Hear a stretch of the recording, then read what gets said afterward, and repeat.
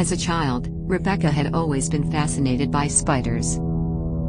She loved watching them spin their webs and catch insects, and she even had a pet tarantula that she kept in a terrarium in her bedroom. But one summer, something changed. Rebecca had been playing in the woods behind her house when she stumbled upon a strange cave. Inside, she found a large egg sac filled with hundreds of tiny spiderlings. Without thinking, she reached out to touch them. Suddenly, the spiderlings swarmed her, covering her body from head to toe. Rebecca tried to brush them off, but they clung to her skin, biting and crawling all over her. She screamed for help, but no one came.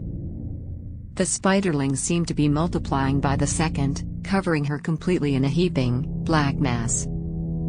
As the hours passed, Rebecca's screams turned to whimpers, and then to silence. When her parents finally found her, she was lying on the ground, covered in spider bites and barely conscious. After that day, Rebecca was never the same.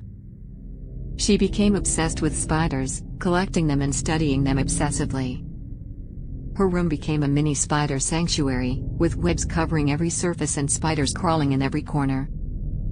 Other students thought she was strange, her notebooks filled with sketches of the eight-legged monsters that occupied her thoughts. She never had a relationship, and was thought of as a freak. Rumors surfaced that she would sick the spiders on rival classmates, but they were unwarranted.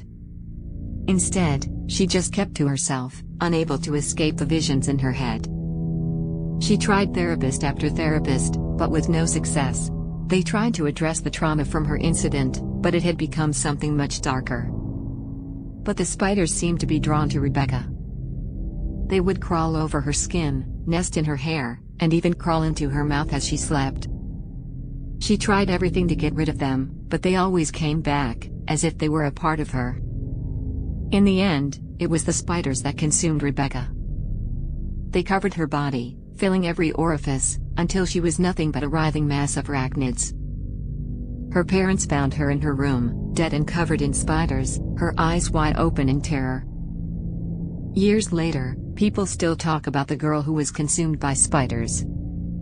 They say that if you go into the woods behind her house, you can still hear her screams echoing through the trees at night.